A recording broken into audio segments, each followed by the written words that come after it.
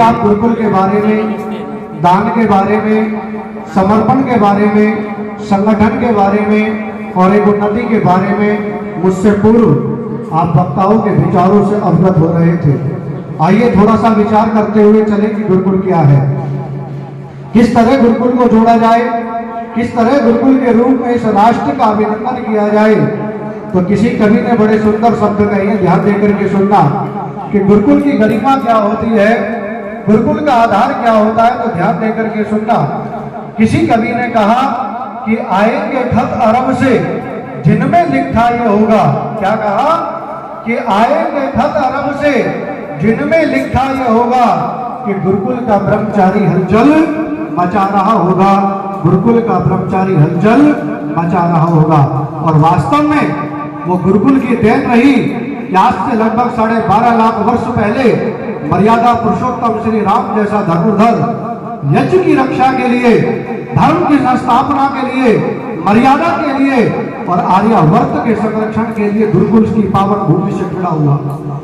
आज से लगभग 5112 वर्ष के अंदर लेकर के जाना चाहता हूँ। योगेश्वर श्री कृष्ण महाराज का नाम आप सभी ने सुना था।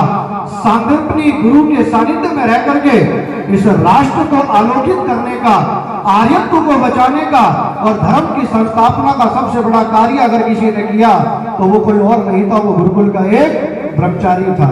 और मैं वर्तमान में निवेदन करना चाहूं कि महर्षि देव दयानंद सरस्वती कि जिनकी बात अगर इस मंच से ना हो तो आर्य समाज और गुरुकुल दोनों शून्य रह जाते हैं। गुरुकुल गिरजानंद की कुटिया में रह करके उन्होंने इस राष्ट्र की आराधना करके इस राष्ट्र को पुनर्जीवित किया।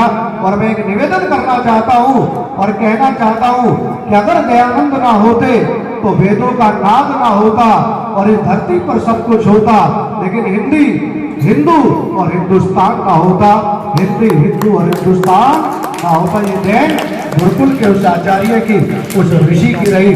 और जो आपके बीच में आज उद्बोधन कर रहा है वो आचार्य भी, वो ब्रह्मचारी भी आपके बीच इसी गुरुकुल की पावन भूमि से निकला। जब मैं गुरुकुल 2001 के अंदर गुरुकुल के अंदर आया, मेरे पिता महाशय विजयपाल सिंह आर्य अपने आप में ख्याति संपन्न व्यक्ति, जिनका तन जिनका मन सिर्फ आर्य समाज के लिए समर्पित, और जिन्होंने ये दृढ़ प्रतिज्ञा की कि मैं अपने बच्चे को इंजीनियर नहीं बनाऊंगा, मैं अपने बच्चे को कोई वकील नहीं बनाऊंगा, मैं किसी प्रकार से डॉक्टर के रूप में इन्हें स्थापित नहीं करना चाहता। लेकिन उस पिता के हृदय में पीड़ा थी। वो कहते थे कि मैं अपने बच्चों को विद्वान बनाना चाहूंगा और वो विद्वान की ख्याति, वो विद्वान का आधार इस पावन चरण धूल गुरुकुल की से मुझे प्राप्त हुआ।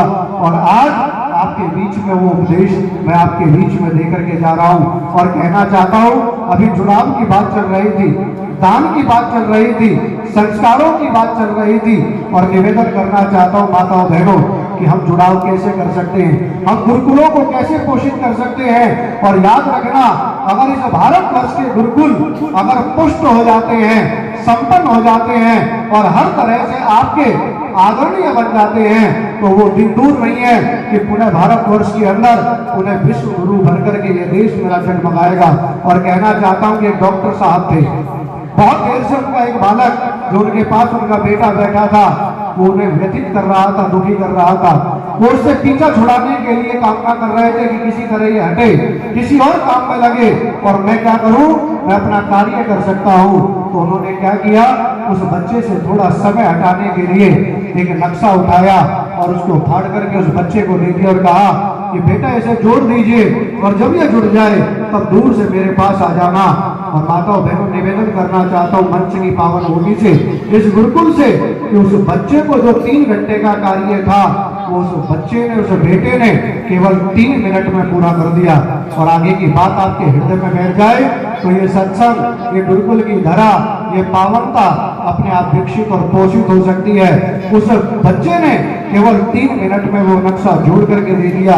पिता बड़ा आश्चर्य मानता है। वो डॉक्टर कहता है कि बेटा आपने ये कैसे कर दिया, ये 3 घंटे का कार्य था और मैंने तुझे इसीलिए लगाया था कि तू 3 घंटे अपने काम में लगा रहता और मैं भी अपना काम कर सकता था, लेकिन वो छोटा सा बालक क्या कहता है कि बात आपके हृदय में होनी चाहिए।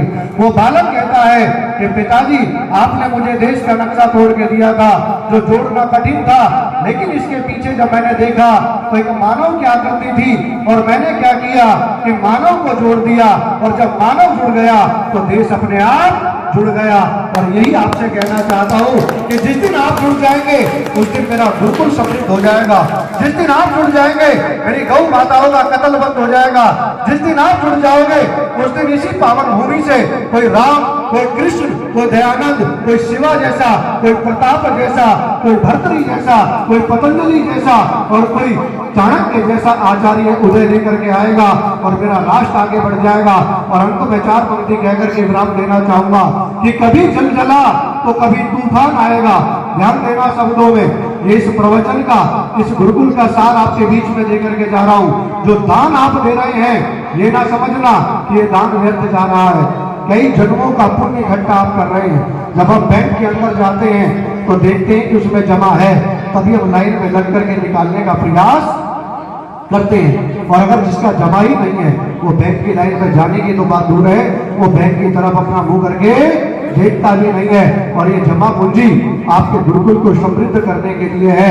और मैं याद कराना चाहता हूँ, अगर गुरुकुल पुष्ट ना हुए होते और गुरुकुल से ब्रह्मचारी वेद पाठी और ऋषियों का उद्धार ना हुआ होता तो आज मेरा भारतवर्ष ना यज्ञ कर रहा होता, ना आप गौओं के लिए दान दे रहे होते और ना गुरुकुल की पावन धरा पर बैठ करके आप व्याख्यान सुन रहे होते। तब कहना चाहता हूँ कि कभी जल जला तो कभी तूफान आएगा, कभी मौत से भरा इस देश को नष्ट करने का समान आएगा। और जब भी करनी पड़ेगी भारत की संस्कृति की और वैदिकता की हिफाजत तो सबसे पहले गुरुकुल और आर्य समाज आएगा। सबसे पहले गुरुकुल और आर्य समाज आएगा। तो वक्त कम है, जितना दम है लगा दो। कुछ को आचार्य वर्ग जगा रहे हैं, कुछ को आप जगा दो। यही मेरी कामना है। आपका दिया हुआ धन, आपका दिया हुआ समर्पण एक दिन इस गुरुकुल को इतने ऊंचाइयों पर, बुलंदियों पर लेकर के जाएगा कि जिससे ये एक इतिहास बनकर के खेड़ापुर ग्राम, ये गुरुकुल एक इतिहास बनकर के जागृत होगा। और अंत में कहना चाहता हूँ, अपने विचारों को ध्यान में रखना कि जिस दिन आप हार मान लेंगे उसी दिन हमारा पतन निश्चित हो जाता है। और कहना चाहता हूँ कि अंधेरे की काली माँ उजाले से ज्यादा सिखाती है, अंधेरे की काली माँ उजाले से ज्यादा सिखाती है। जो मुश्किलों में हिम्मत नहीं हारते, जिंदगी उन पे मुस्कुराती है। हल्की सी खरोचों से डरने वालों को कभी कुछ नहीं मिलता, हल्की सी खरोचों से डरने वालों को कभी कुछ नहीं मिलता। जो काट कर देखे अंगूठा, जिंदगी उन्हें तीरंदाज बनाती है, जिंदगी उन्हें तीरंदाज बनाती है। माताओं बहनों, भक्त पुरुषों, ये मेरा सौभाग्य है इस गुरुकुल में अध्ययन करने के बाद, यहाँ से स्नातक होने के बाद, विद्या लेने के बाद, आचार्यों के इस तपन से अपने आप को तपाने के बाद आज यज्ञ का ब्रह्मा और मंच से बोलने का अवसर मिला है। ये मेरे लिए आज जीवन उन्नति की और एक सौभाग्य की बात रहेगी। और जितना हो सकेगा तन मन और धन से और लोगों को जागृत करने के लिए रक्त की एक एक बूंद से मैं इस गुरुकुल का सिंचन और वंदन करता रहूंगा, पोषण करता रहूंगा। इन्हीं विचारों के साथ आप सभी का हृदय से बहुत बहुत धन्यवाद, बहुत बहुत आभार। ओम शांति शांति शांति।